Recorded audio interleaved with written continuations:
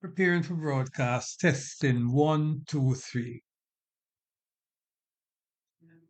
It's my pleasure to introduce once more Webster. Today we're going to look on the international scene.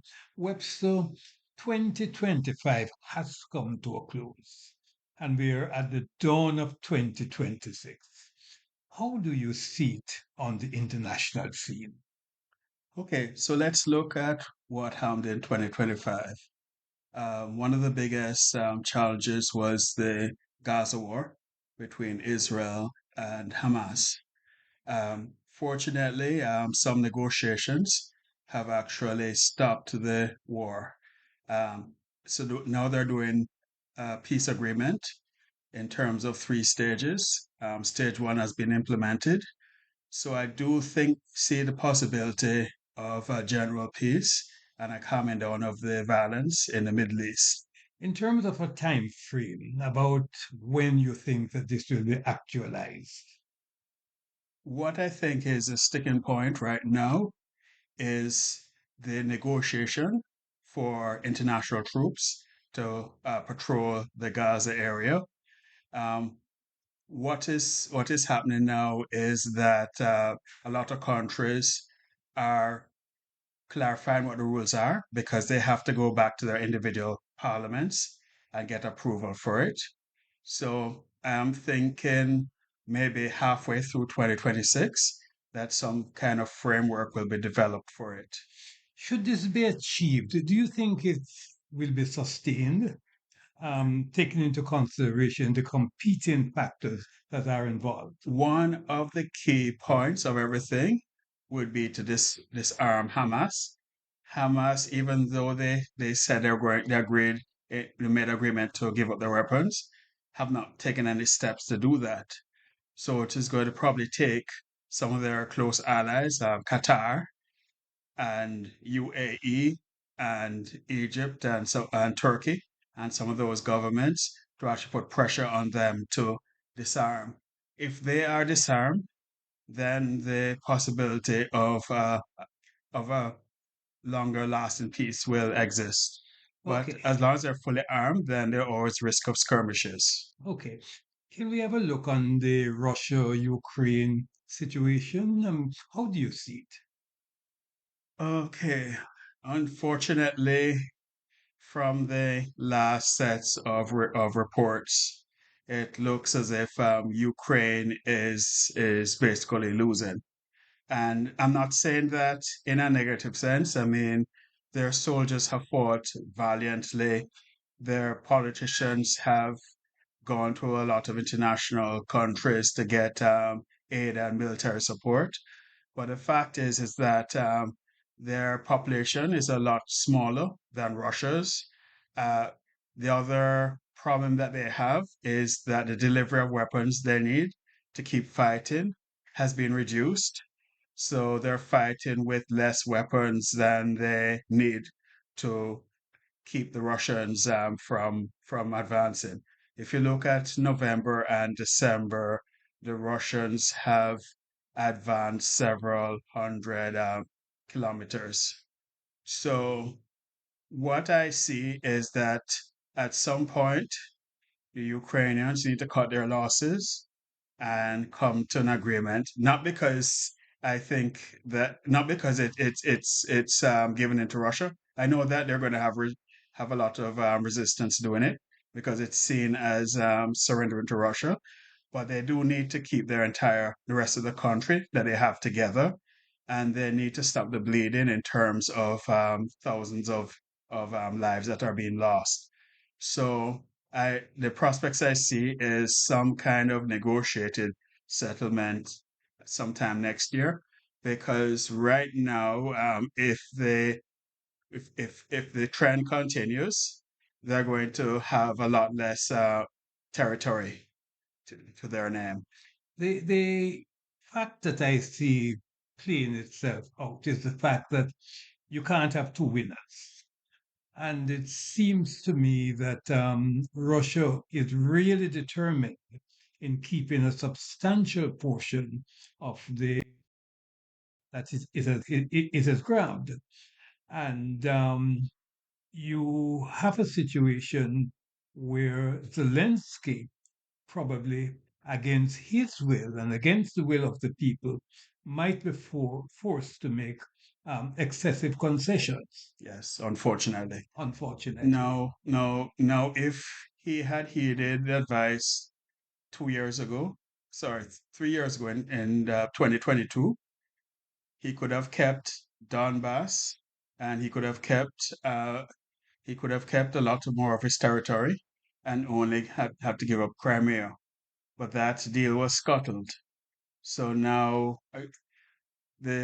what basically happens is that in the beginning of a war, before either side gains a lot, that those are the best negotiation possibilities in terms of keeping territory. As the war drags on and more lives are expended, then the pound of flesh that you have to give to ensure peace becomes a lot more.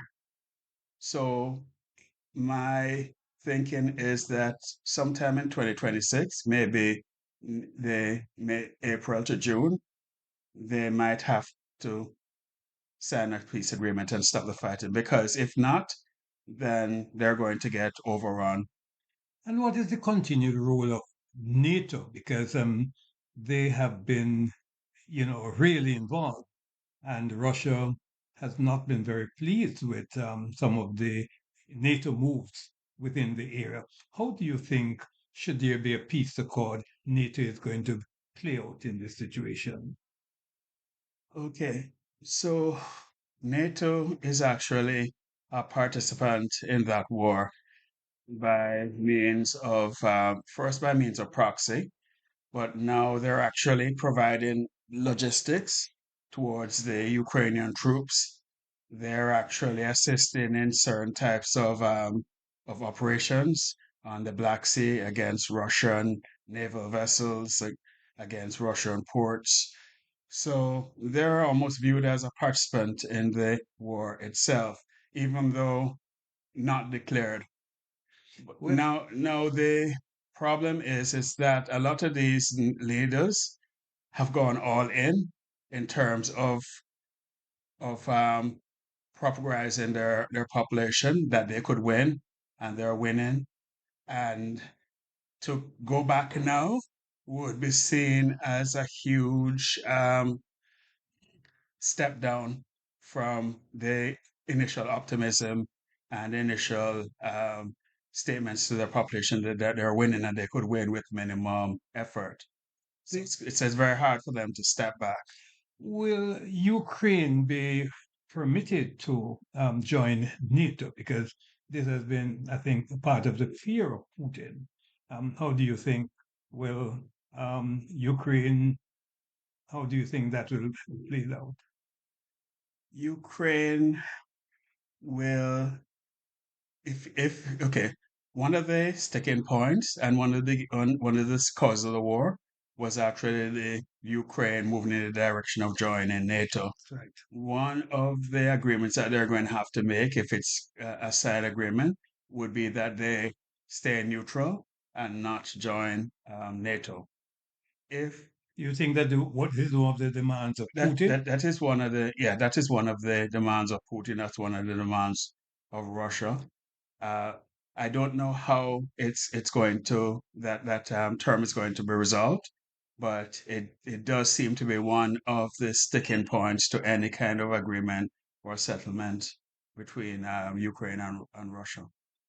Let us look on the United States now. 2026, the midterm elections Right, are at our doorsteps. in November. How do you see it?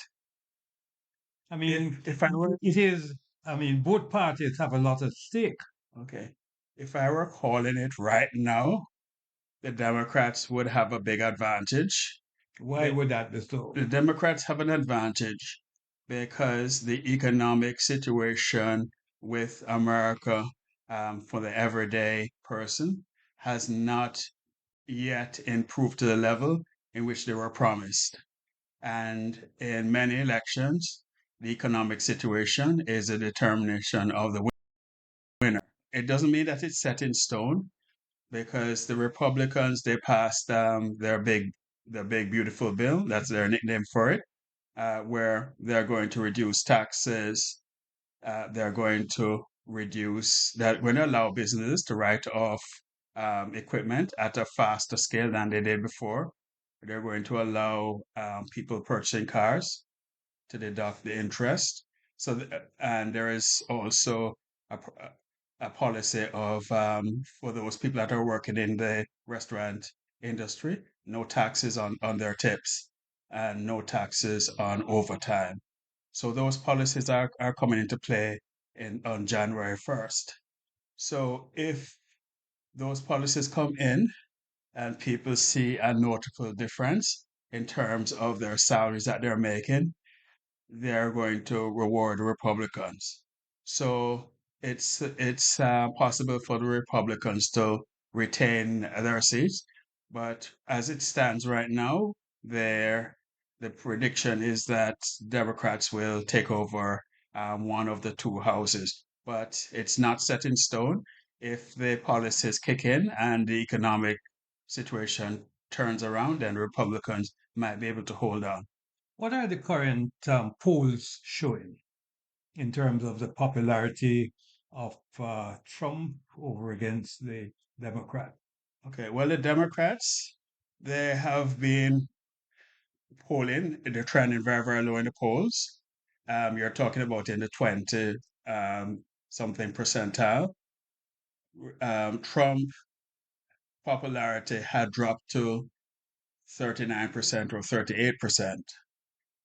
But, and one of the reasons why it has dropped would be his emphasis on international affairs rather than the domestic affairs of the United States. If he can get more focused on the domestic affairs, then I think this polls will probably go up into the 40s, which is where he needs to be. Let's take a swing over to the Caribbean and what's happening in Venezuela. How do you see it? How is it being played out? Okay. Venezuela is what I would consider a wild card. What is happening is that the United States, in my opinion, is very determined to get their president Maduro to step down, and they're enacting policies to enact a lot of pressure on that country. And so for instance, bombing of the drug boats, also putting a blockade against certain crude oil from being exported, and putting a flotilla very, very close to Venezuela. Now, the question is, okay, are they going to do military action in terms of invade? I don't think they're going to invade because the population, they have grown weary of wars. And Venezuela is the type of, if you look at the topology, geology and geographic area of Venezuela. There are a lot of forests. There's a lot of dense vegetation. So they'll be able to fight a guerrilla war against the United States, which is going to be very, very hard to actually quell. And the last thing that the U.S. public wants are soldiers lost or soldiers killed. So my feeling is that they're going to just pressure him and maybe entice one of his allies, maybe Russia or China, to give him asylum and hope that he leaves. There's a school of thought that oil really is at the basis of this conflict. Um, how do you see it? Do you think that there is any credence to this thought? I believe that oil is part of the equation because you got to remember his predecessor, Chavez, actually nationalized a lot of the oil companies that were in Venezuela, a lot of American-owned companies. And my feeling is that he wants to get a leader that is allied to U.S. policy and get concessions so that the US companies can go back. Because if you look at Venezuela, it should probably be the richest in the Western Hemisphere. I mean, their oil reserves more than Saudi Arabia, more than UAE, and many other countries. And I feel if they were allowed to get the infrastructure put in and the development put in, then they'd be a very rich country. Is there any credibility to this argument that has been advanced that the U.S. presence in in the area is really due to the smuggling of drugs? I'm thinking that it's just an excuse because, okay, drugs come in through Venezuela to Trinidad and Tobago and through the Caribbean, but a majority of it come through Mexico. So if they really wanted to reduce drugs, um, they would be concentrated on that whole Mexican US corridor and that border area and the cartels in that area because the cartels are the ones that are trafficking a lot of the drugs that are coming in overland into the United States.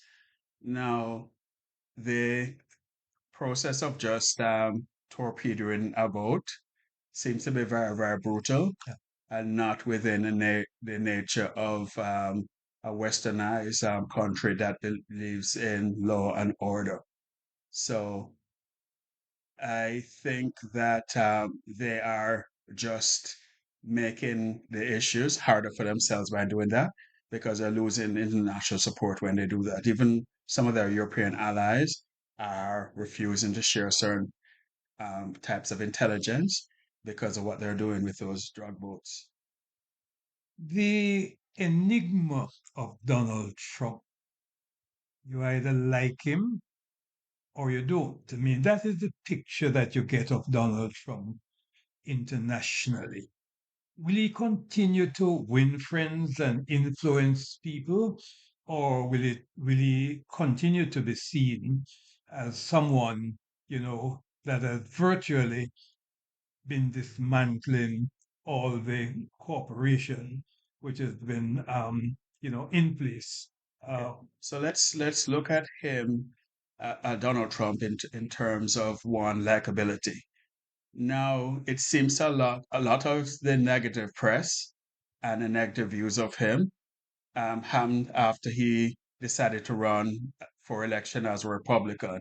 Before he went into politics, he was one of the most beloved figures in the United States. He really? was he was friends, very, very close friends with a lot of the celebrities that are against him now.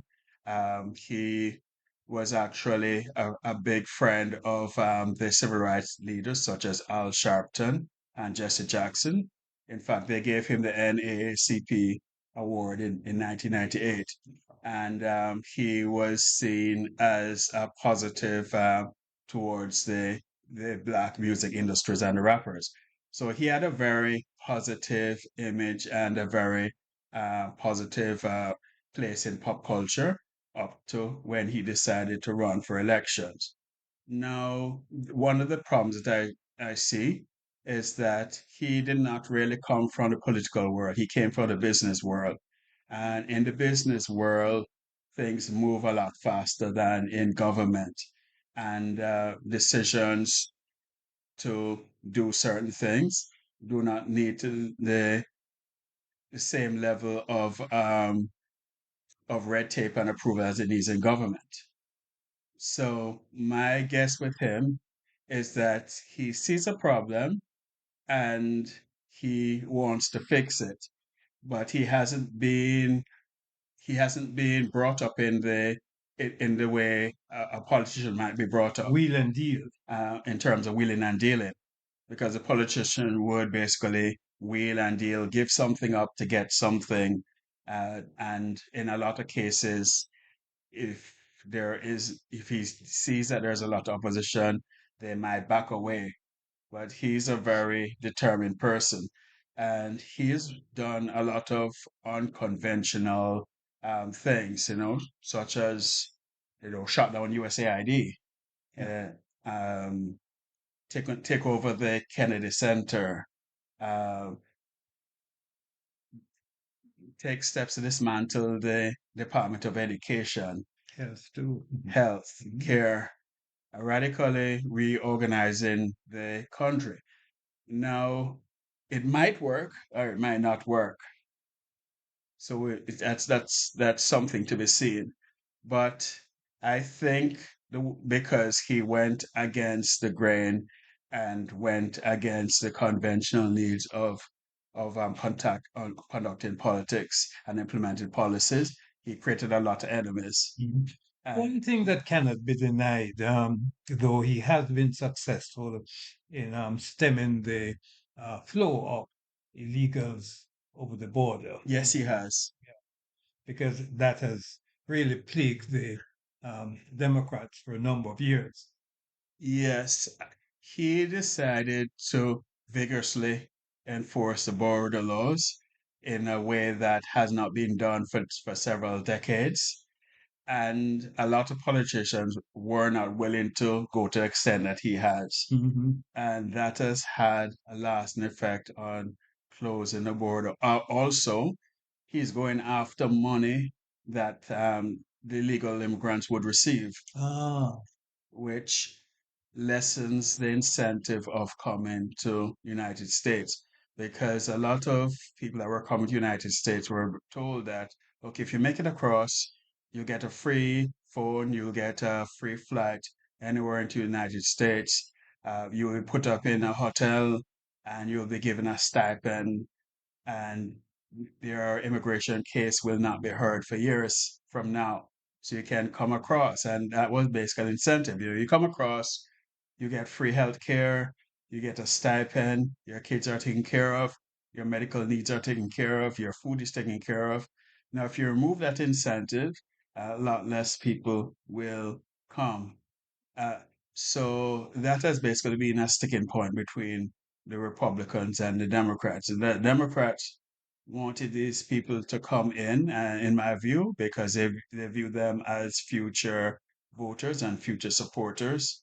The Republicans, the Bush clan of Republicans, want them to come in because they view them as cheap labor for their companies. So he is basically fighting against the established wing of both parties. notwithstanding the negatives surrounding Donald Trump, and I mean, there are plenty. Yes. There is a sort of fierce loyalty constituent towards him, involving senators, members of the House, staff. What really accounts for it? Is it survival?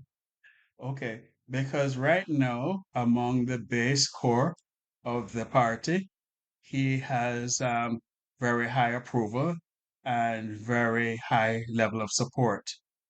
And a lot of these people in Congress or the Senate are fearing that if they go against him, that they'll be primed, that whenever they come for election, somebody else will oppose them and they might be voted out.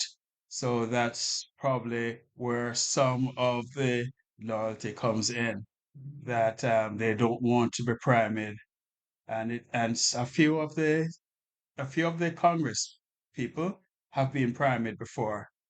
For instance, in this first administration, when they had the impeachment, many of those that voted against him from the Republican parties were primated and voted out. One of the most famous examples is Elizabeth Cheney. Ah. Mm.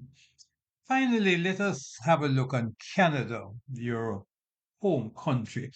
Things have not all been going well in Canada. There have been ups and downs and quite a bit of hiccups. How do you see the political scene in Canada? Well, the political scene is not good. The economy has not been performing well. We have had a big eh, unemployment problem. A lot of our industries have slowed down in terms of production. Right now, we probably need somebody that will actually do rebuilding of the economy. One of the things that is hampering us right now is that we have very, very strong environmental laws, and we are one of the signatures to net zero with a commitment to reduce carbon. But doing having that commitment and trying to revamp your industries, those two clash. So we have to get politicians that are willing to actually expand our industries, um, not be afraid of investing more in infrastructure. And right now, one of the biggest exports that Canada can do is oil and gas, which means that we will probably need pipelines if we want to sell it to countries in Asia and other parts of the world. Right now, we are dependent on United States in order to sell those those that commodity. There's been a serious disconnect between Canada and the United States.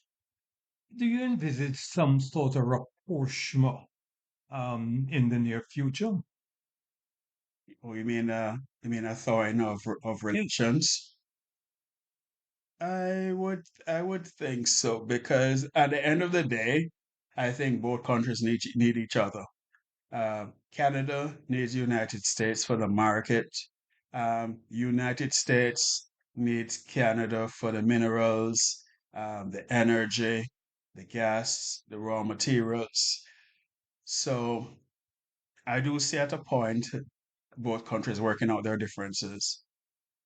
Well, it has been a pleasure having you once more, sharing something of your vast reservoir of knowledge with us. And it only remains for me, Webster, to thank you very much for participating in this podcast.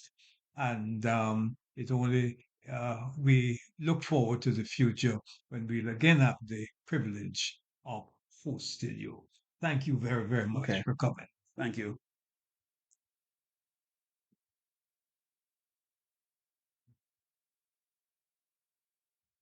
No, no, it's on.